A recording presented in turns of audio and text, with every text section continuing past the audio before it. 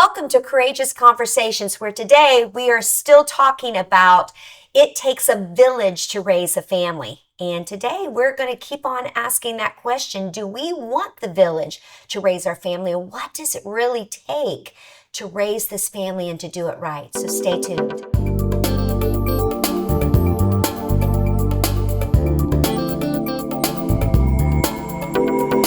Well, welcome back to Courageous Conversations, and I'm here again with my family and my friends, and I want to introduce some of them to you. I have got Mr. Ben Corinne and his beautiful wife, Michelle, and I'm going to start with you, Ben, today. Tell me one of your favorite places to vacation. Where would you like to vacate? Wherever my family is. Ooh, good answer. Yeah, Is she kicking you underneath the table? I can hardly talk. But seriously, I mean, it really doesn't matter where. It's all about the environment, and obviously the beach is such a nice place of peace. But my family is definitely the best place to be with. I like that. What about you, Miss Michelle? Good answer. I like to go to the mountains with my family. Do you? I do. I like to go up to North Carolina and.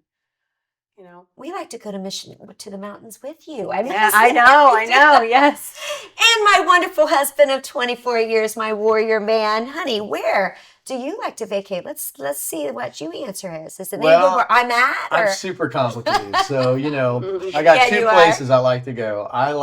Depends on the mood I'm in, but I love the mountains. I love to, snow skiing. Mm-hmm. Oh, dear Lord. Mr. Aggressive. Got, get everybody out there and go hit the mountains. And sometimes I love the beach and the sun and the tropical waters. So, we live in Florida. I love going down to the Keys. Yeah. I'd like to go to Turks and Caicos someday. I think that'd be fun. Mm-hmm. Mm-hmm. If anybody has a place at Turks and Caicos, we're looking.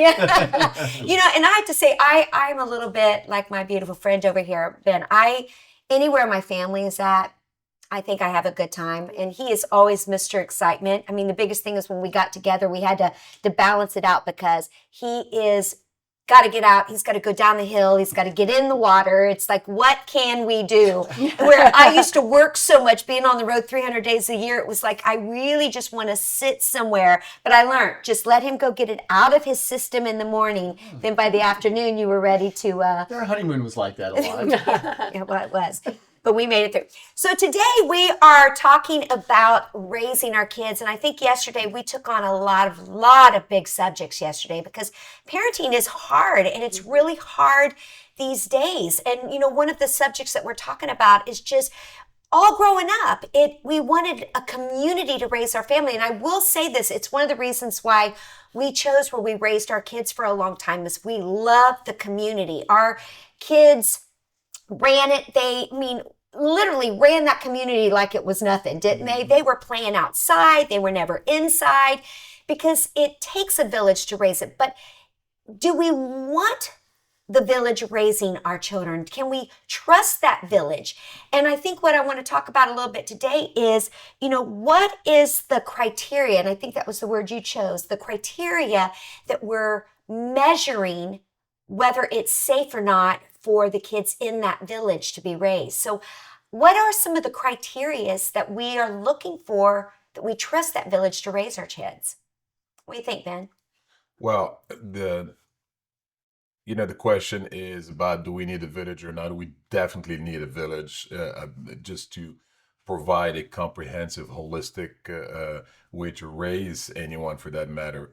We just need to choose the right village. We need to be selective within that village. And to answer your question more specifically, it has to be within our own beliefs.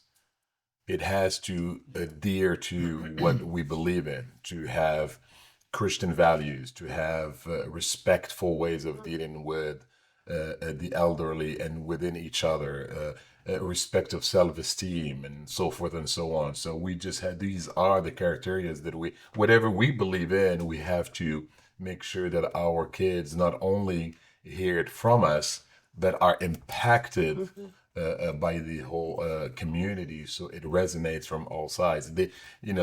Kids don't get raised from one single angle in one direction. It's a holistic approach. They have to hear it from their friends, from their teachers, their parents, et cetera, et cetera. That's really good. What about you?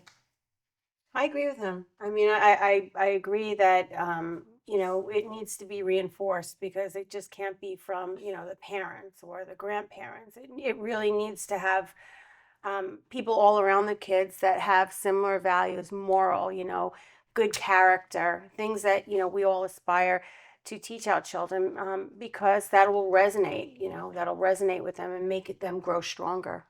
Yeah. And it's funny while you were saying that, and I think you'll play off of this really well, is that raising our kids is different than hanging out with our kids. And I think people need to really understand that, because although we've raised our kids, that we want the people who are speaking into them to share our same value system, the same loves of life, the same moral compass that's bigger than ourselves. So obviously for us, it's a higher power. But we also taught them that you are going to hang around people who don't always share those same values. I mean, you're going to hang around people who don't have the same love for Jesus, and trying to teach them that that's okay, but it's how to stay strong and not judge, but still keep your moral compass going the right direction. What are you thinking about the village, raising our kids, and what is the criteria? Well, I love what Ben and Michelle said. It's so true. It's really, you really want to make sure that they have the right values and moral compass that you have. It's interesting. I was reflecting on my family, on my dad's side of the family. I was blessed to have a whole host of aunts and uncles, grandparents, and great grandparents on both sides of my family. A lot of people don't have that. But in that mix, I was never raised in a Christian home. So there was a lot of people on both sides of the family, and some of my uncles specifically thinking about this, that were not Christians. But, you can still garner good things from people that are not a Christian, obviously. I mean, my uncles are salt of the earth people. They give their shirt off their back for you. They will. Die for you. Absolutely. But they just didn't believe in God. And so what did I get from them? Well, first off, my parents wouldn't allow me to be around people who were going to be hurtful to their kids, So that was the first thing. My uncles taught me hard work. They taught me work ethic. My Uncle Tom taught me how to use a chainsaw. I know it sounds crazy, but there's a lot of responsibility goes into that kind of thing when you're a kid, And, my grandfather, he wasn't a Christian, but he taught me how to shoot guns.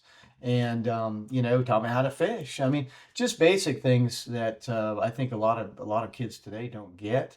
But yet then I grew up, and there was another part of the village that came into play. It was coaches through athletics and things like that. Some of them were Christians, and so all of a sudden it brought in a whole, fellowship of Christian athletes mentality of, you're doing these things for the excellence of Christ, And so as I started to grow and learn, it is important. I think ultimately that they're all incredibly positive for you. But they all do push the values ultimately that your parents, as parents, believe for our kids. So non-Christians, Christians can do that, but obviously you got to be careful when you're non-Christians, because you send them off to college, you better make sure they're already solid in what they believe in, right? Because we know college is a village that will incubate them in a mindset that we don't necessarily agree with. What are some of these values? Wait, because I keep hearing that is the word. I love how you say that we can glean for people. I mean, I got to say, your family, man, there is more character. Your family has so much character, even though they're not Christ followers per se. Sometimes they have more character in them than sometimes Christ followers. Yes. And so it isn't that isn't it. So what are some of the other value systems and criteria that is important to that we should be looking for? I don't mean to hog the table here, but just tagging off of what I was just saying, my Uncle Tom, I remember I was in Nashville I was in a Victory Leadership Institute, evangelistic training class. It was a 2-year program, and they were hitting really hard. If you're not a non-Christian, you're just not a good person, this and that. I didn't agree with that. I got really upset. I actually told the instructor, I raised my hand. I said, I love the Lord. I love Christ. I'm not worried about that. But I got an issue with this. And he's like, well, what's going on? I said, well, I got some uncles that are solid. And I said, to be honest with you, they've taught me hard work. They've taught me the value of when you give your word to somebody, that's your word. It's a handshake deal. And the second thing, the other thing is trust. Can I trust you? If I tell you to do something and you don't do it, you've just lost my trust. But if I know I can trust you, that's huge. And I don't care if you're a Christian or not, those are core values that are just inherent in, I think that we have to have. We have to have that. And, so those are some of the things that I got from them. But obviously, the Christian values, for me, having taken that information and morphed it into my Christian life, obviously, I've seen where not having Christ and the Holy Spirit in your heart leaves a huge hole, because there was a hole in my uncle's life, and there still is. Right. He's a good man. He's in his 80s now, but he just didn't have the peace, the stability in a lot of different areas in his life that Christ would have brought him. And so there's a piece in my heart that hurts for him there, and we're still working on it. So hopefully, Because his daddy got saved right before he passed My away, daddy so got it saved, was yeah. so it was good. What about you, Ben? I think to answer the question about what are the core values, I mean, we all know what those values are. Like you mentioned, hardworking, being honest, good values, etc. But I think there's a huge difference, and that's why those people struggle. Is it's not about the how, it's about the why, and you Yeah, that's gotta good. connect Yep. for people, for these kids that are being raised up. Is why do I need to work hard for? So your uncle did it because he's probably seen his father doing it, and that's just a value that has been transcended from generation to generation. But to understand the why, because working hard is something that is a biblical thought from God on how to be and why is it important, and have that understanding. Taking care of the home, being right. That's right, and that's The responsibility. a Right. responsibility that's above and beyond just a routine or just a way of doing things, but it has a lot more depth into it that can last forever and ever. It has an internal purpose. So I think those are the values that we really certainly want to stick with. But I want to touch on something that is far greater and more important in terms of the village. I think that half of the battle is to be aware that the village is important. We very often do not pay attention or put that much attention of so many other things that raise our kids, but to always be aware of it is half of the battle. And because of our upbringing and our values, we will make it work where we steer them right, but we have to be aware that the village is so critical. And I'm glad that you bring that up, because I think different cultures represent that so much better. I mean, I have to say, I think that's something that makes me a little bit sad about where America, if we're not careful, we come in, we put our garage doors down, we Yep. go in and lock ourselves in, and we become this. Comes This is our village, and that is not a healthy village. You know what I mean? That isn't the village that pours into me, that teaches us how to interact, that teaches us how to have a relationship. I mean, and I think that is one thing. It's the importance of family. It's the importance of communication. It's the importance of touch. It's the importance of, what do you need? What can I give you? Yep. Coaching.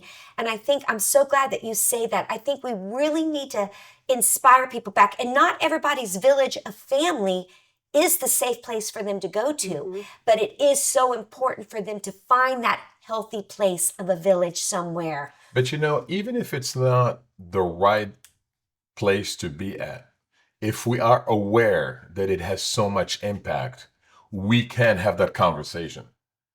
We can use the bad to steer toward the good. Right. Yeah. We like you mentioned, our kids are going to be in the world, and they're going to be with kids and people that are not Christian. And so how do they deal with this? And how do they cope with people that are not like that? And that's very important for them to have that conversation through us, that love them and want the best for them. Yeah, I mean, one thing in particular that we were in a unique situation is that our family is Muslim.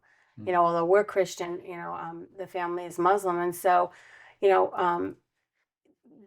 their particular values, let me put it this way: my Muslim family has more Christian values than a lot of Christians that I know. they're loving, their character, they're great people. And they've really helped to instill that in our children. And we've been really, really blessed by that. And so it's not just a fact of, keeping us in a bubble and being Christian. We teach our kids value, but we need to teach our kids not to, be judgmental, getting into that. In other words, we're in our village. We want love. We want these values instilled, but we don't want to raise our kids in a situation where you're not Christian, therefore you're not We can't good. talk to you. We can't That's talk to right. you, you're not good, because that's not, people are beautiful, whatever they believe. And they how do have we character. reach people if we're not That's right. reaching Yes. out to Of people? course. Yes. And I think it's teaching kids, how do we keep our value systems and do it in a respectful way that we can build a bridge and not keep tearing those bridges down. And, I think, honestly, friends can be a village. You know what I'm saying? I think friends can be a village. And so I want to come back and I want to talk about that. But before we do this, we're going to take a quick break. And we want you to learn a little bit more about what we are doing here at Courageous and Free. We work with girls that are survivors of human trafficking. It is a $150 billion a year industry, over 50 million worldwide. There is so much we want you to learn about, get your children protected, but also help us bring a restoration home to these girls. It's a 2-year restoration program, and we want you to take a moment and watch this to see how you can be a part of this. Hi, I'm Carolyn Goad-Pankella, and I am really excited to be a part of this message that we are going to be bringing to you today. It's about education, awareness, what we can do, and how we are going to make a difference. And my slogan is, it's not okay. And we are going to be a voice to the voiceless. So come take this journey with us. So I've been in law enforcement for over 25 years. I spent the last 13 years or so of my career fighting human trafficking because my goal was to end this atrocity. 90 to 95% of kids coming into sex trafficking are being lured in. They're being lured in by recruiting and grooming. And so one day when I was leaving out of the gas station, that is where I locked eyes with my first trafficker. And it only took him 3 words to realize that I was his perfect victim before he started grooming me. And those 3 words was, "You are beautiful." Those are 3 words that I had never heard my entire life from people that were supposed to love you and support you and be there for you. The grooming stage is where they're slowly being conditioned for the life that they're about to get into. But over the next 3 weeks, he would then groom me and kind of find out everything about me. And I wish I knew all this then, but I didn't. But that's when he started to learn my family history, my background, where I came from, who loves me, who supports me. So one of the fastest growing aspects of minor sex trafficking or sex trafficking of minors is what we refer to as familial trafficking. That's kids being trafficked by their own families. Both of my parents were drug addicts and alcoholics. So my dad had a stroke when I was 9, then that left him disabled. And after that, my mom got involved with more drugs. She started doing crack. Eventually, she started prostituting herself for her drugs. And I went with her one time when I was 11, and her drug dealer offered her a $10 piece of crack for me instead of for her. After about 3 weeks of grooming me, he asked me, did I want to go on vacation with him? And off we went to where I thought was going to be the vacation of my dreams was actually the nightmare from hell. Every thought in my mind is going off, but he reminded me with the truth. And the truth was, don't think about running because no one is going to look for you. No one cares about you. No one will even know that you're dead. My trafficker would take me to a hotel. He would make arrangements with the staff so that he wouldn't have to stay. The staff would let people in the rooms. And I remember one time I had been there for a couple of days. The staff came in one day and they told me that my friend called, which was my trafficker, and said that I needed to walk home, which was a couple miles away. And I remember I was walking down the hall barefoot, bleeding, crying, and nobody asked any questions. if I was okay, if I needed help, they just let me walk by and leave. We're talking about little human beings that dream of being firemen and police officers and astronauts who find themselves in the back room of a brothel. And so you're probably all wondering, okay, well, how did you get here? How did you get here? The time when I finally got that courage again, right, to walk into that church completely broken. I remember sitting there like this, and they were in a DNA series, and they were talking about God's DNA, love, acceptance, mercy, grace, being adopted into a family, right? All these things that we know about God's love, but however, I never knew them. I just remember sitting there weeping with my face in my hands, like I've been looking for this my whole life. The ILO says that right now, while we're sitting here, there are 40.3 million victims of human trafficking in the world today. The only way to combat it is for every individual to become angry enough to realize that to stop this, I must be engaged. We've got to be a part. We're asking you to join this fight with us. Alone, we can do so little, but together, we can do so much. They need a place where they can come and just find that healing. A place where they can recover their voice. They can recover their dream. They can recover their hope. And they can recover what it truly means to be created in the image of God. So we need safe homes. And I get chills just even saying it to you because I see the difference that it makes to pull these girls out of the situations they're in. And guys, it's not rocket science what we're gonna do. We're gonna just love them. We're gonna tell them they're worthy when they feel unworthy. We're gonna hold them when they cry. We're gonna listen to them share their traumas, but then we're gonna celebrate with them as they get their victories. People say it's a $150 billion business, Carolyn. How are we ever gonna stop it? Listen, one person at a time. They're born one at a time, they die one at a time, so we reach them one at a time. You be the voice for the voiceless. You be the hope for the hopeless. And you be the love for those who have not experienced love in a long time. We can't give up. We can't stop. But we need your help today to make a difference in one girl's life.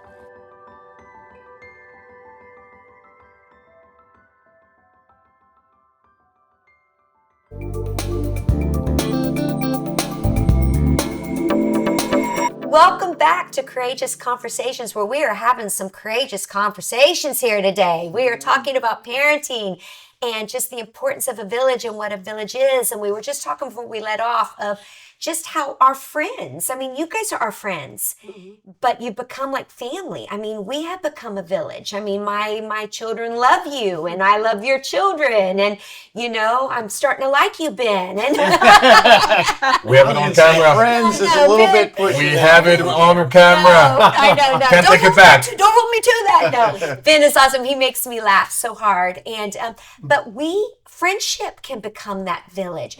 But I just want to talk about in that friendship, like when we're talking about raising our kids, and we're talking because we're not talking about us as adults, but sometimes as adults we choose our friends and then we put our kids. What are some of the things that we should be looking for in those values of our friends and with our children? Is it important? Because we might be around that we don't want to yell at our kids, but then they're yelling at their kids all the time. Is that a make or break situation? How do you handle that? So I really think that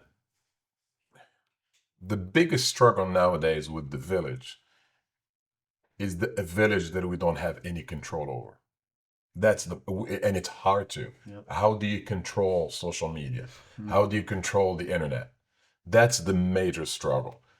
It's okay, in my opinion, to be within an environment that is not like ours, the most suitable for our values, but to have a conversation about it with our kids to explain that it is not the right path versus not, that we have that opportunity to at least have that conversation, where most of the time we can't when they're on the social media and we're not aware of what they see, what they hear, and we have zero impact into their life. I think that's the main thing. I'm not really too concerned about what are the values, because we have them within our genes. We know what those values are. We grew up with them. We're forever looking into them and growing, etc. So that's not, in my opinion, the biggest struggle. Okay, let me ask you a question from there. So clarify that. Do you feel that values, are they caught? Are they inbred in us? Is it both? What's your Well, I think thoughts it's of that? both. I mean, as Christians, our values are clear. Mm-hmm. If we are confused, there's a nice little book to go and visit. There are other Christian friends to go and counsel with. I don't think so. Yes, there are some that are within our upbringing that we have a hardwired within us. Like I have a sense of respect for the elder and whatnot that I have learned since I was a kid. But there are others that we obviously learn. But I really don't think that that's the issue, because it's all about, the issue is to make sure that our kids are understanding them, our kids are getting them, and we have that opportunity to talk to them about it. And the problem is, if somebody else takes over instead of us, in lieu of us, that they might take those values and distort them. Okay, so that's sort of breaking into where I'm heading with this, and I appreciate where you're going, because, our value systems as Christ followers, right, is, Christ was, you lay down your life, you pick up your cross, and you follow him. Where our kids are hearing now that it is all about how many followers you have, how many likes you have. And Jesus is like, don't worry about yourself. Worry about me. Don't be a man pleaser, be a God pleaser. Yep. But you've got social media saying, man, you need to get on TikTok and, make millions of followers and become super famous and get super wealthy. And this is value. And all of a sudden, it's like, that's not exactly what the word of God is giving. So that's why I'm saying about the value systems. How do we do that in these times when social media, TV, songs, music videos, movies, there is not one thing you cannot turn on these days that isn't tell you that what gives you value, what makes you important is how much stuff you have, how many people like you, how beautiful you are, how skinny you are, how tall you are. Everything is outer. Nothing is really about the inner things. The Bible says very clear that it's the inner beauty that is so beautiful to Christ. How do we handle that? Well, the reality is, we don't have the capacity to answer all those questions, to do all that. Otherwise, we wouldn't need Christ in our life. Our job is to point our children back to Christ. Yep. Because the Holy Spirit is the only thing that's going to be able to give them the compass, the true north compass to navigate through the storms. Listen, the times I've grown the greatest in my life have always been when I've been surrounded by people who didn't believe like I did. Yep. And, those people will teach you, much like your daughter Gabriella said. She gave a great example in the last show of, she went out of a Christian home environment, went into college, completely secular environment. And then she came back to you and said, wow, why are they doing this? Is it because they're not of this belief or whatever? She began to see the stark contrast of a peaceful home built on the rock of Christ versus what the world's trying to do in their own strength and power. Yep. I don't get it wrong. That wasn't necessarily you guys specifically that taught her that. She had to go experience that, and the Holy Spirit grabbed a hold of her and said, there's a difference here. doubt. Now she is on her journey and growing. And being, like the Apostle Paul says, we're called to be salt and light. You're in the world, but not of the world. That is our strength. To be honest with you, I'm at the phase in my life, I would rather be where Jesus was. I would rather be surrounded by a bunch of sinners and people, if I'm strong in my faith, right? Because, it just sharpens you. It shows you how your influence of Christ living going through you, it really shows the power of the Holy Spirit. I Yep. mean, sometimes, like, who was it, Francis of Assisi, that said, go and preach the gospel to the whole world and use words if necessary? Guys, that is so powerful. But if I can add this to you, and I think what we're saying is we want to get into the world. We want to go where Jesus went. Jesus hang out with sinners. Jesus hang out with people who didn't believe in him. That's what he did. But he did not get fed by them. And I think that is the problem. I think you can't, you got to get in there, touch it, be a light, have a good time, or, love on those people. But to come and get fed, where you're going to plug in your source and sharpen your sword, you got to plug in with people who share the same value. I mean, it's what I do. I mean, I work with girls every day, but where I get plugged in, where I get my values, where I get my energy, where I measure myself, because every day I got to come back and take another look at myself and go, look at yourself, Carolyn. Let's look at it against the word. How are you measuring up? That's who I'm measuring it by, is what the word says. So this is repeating what I said about not worrying about how to instill values in our kids. Because check this out. We're going through the same struggle ourselves. Every single thing so obviously we're worried about our kids because they're our responsibility. We don't think of ourselves the same way that we think of them because we want them to be raised the best way possible.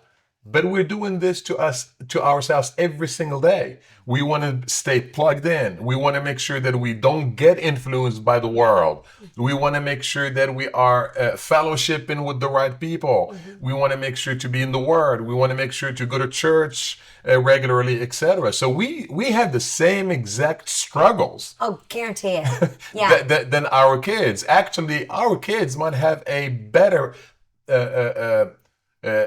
easier a time than us because we are in their life and we are their influence. I didn't have that growing up. But most kids don't have that, though. Correct. So true. Most kids do not have that. Yeah. That is why that village of choice that we have control over is critical. And what because I think wherever is they bounce. powerful, but what you're saying is because it's what your daughter said in the previous show that we did, is that she brought her kids over and you became her friend's village. Yep. And so many parents out there, I mean, we used to do it even at our own home. We kept our place stocked of juicy juices and snacks, and people were at our house and we would cook dinner for them and let them help us cook us dinner, and they were a part of our village. That I think that in years to come, we're going to hear stories about how it changed their life. Now, I do want to talk about this a little bit, is how much do we feel that social media, you got to understand, for me, I work with human trafficking survivors, and so 60% are groomed through social media and gaming. And I want to say that again, because it's very vital that you hear this. 60% are groomed through social media and gaming. Social media and gaming is very much a high influencer, and it's got all the... How do we feel like that is playing a part in raising our children these days? I mean, I know we have some very clear, we speak all over. We go into Rotary clubs and churches, and I was just with an anti-traffic sheriff, and he said, if you want to protect your children, we're going to say something it's not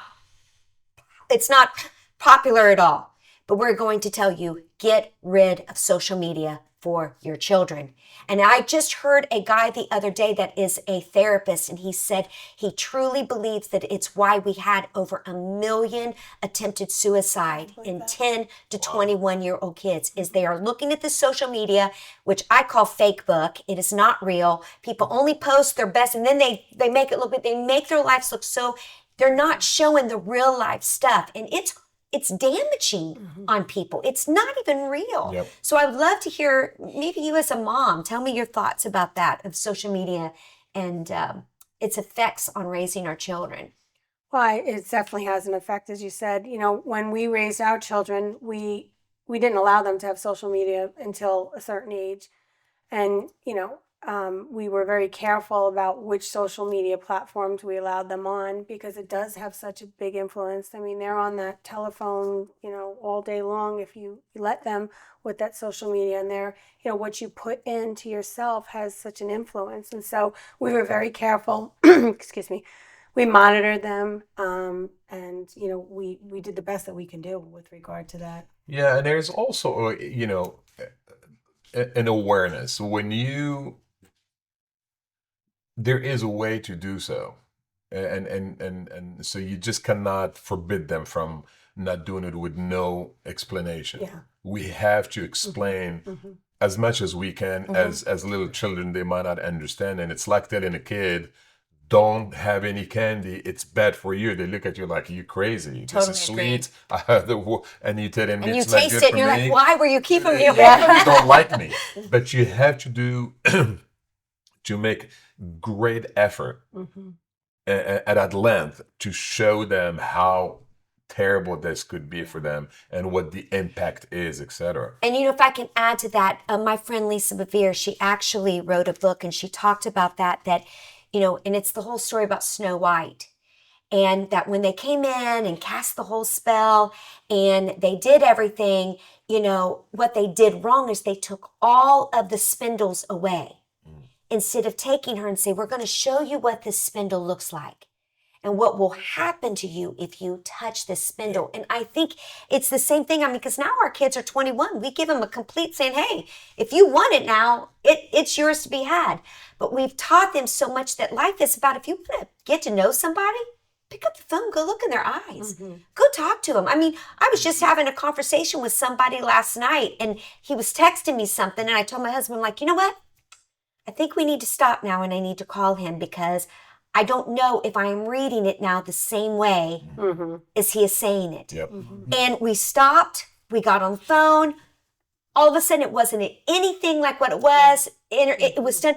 And I think if we do not put that into our children, the importance of learning that conversation, we used to tell our kids all the time, because gaming has always been important. It's fun. We have, but like you, it wasn't that we were saying, no, you can't, but we just said, you've got to earn it to turn that game on.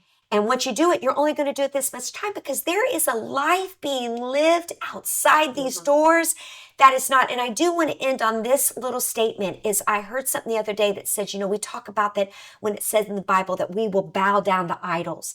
And I heard somebody say the other day, well, how are we bowing down to idols? And they held up their phone and they put their head down. Interesting. Oh. And they're like, we are bowing down every day. And it's not just children who are doing it, it's parents who are doing it. For And, sure. Kids are watching what we do. And they're looking at us like, well, get off your phone. And I remember so many times my kids would beg me sometimes, and it would teach us. And they'd say, Mom, get off the phone. Talk to us. That's where they're learning it from. And so the value is that village is this community. And that village is what we put into it, whether if it's a friend, whether if it's a coach, it's the communication, it's the laughter, it's the conversation. That's what makes us rich. That's what makes us. And so we want to encourage you out there today, if you're ready to change the tone of your home, or maybe you're ready to go, I don't like where our home has been heading and I want to make a difference. What do we need to do? We're just giving you some things to try. Go try them out. See how it works for you. Talk with your kids. You're going to find that your kids have some wisdom. I remember we used to ask our kids every night when we go to bed, I would ask them a question. How did Mommy show you that I loved you today? And I'm going to tell you what, they had some interesting conversation. They'd say, Mommy, you told me you love me, or Mommy, you showed me, or Mommy, you cooked me a meal today. They're going to tell you how you're hearing, how they're getting it. But the most important thing is that they're getting it from you, that they don't need to turn to somebody else, that they're getting it from you, because the world is screaming that you don't matter, that they want to be their teacher. And what we're telling you is, please stand up, take your position. It's your godly position. You matter and you can make a difference. So thank you again for joining us, and God bless.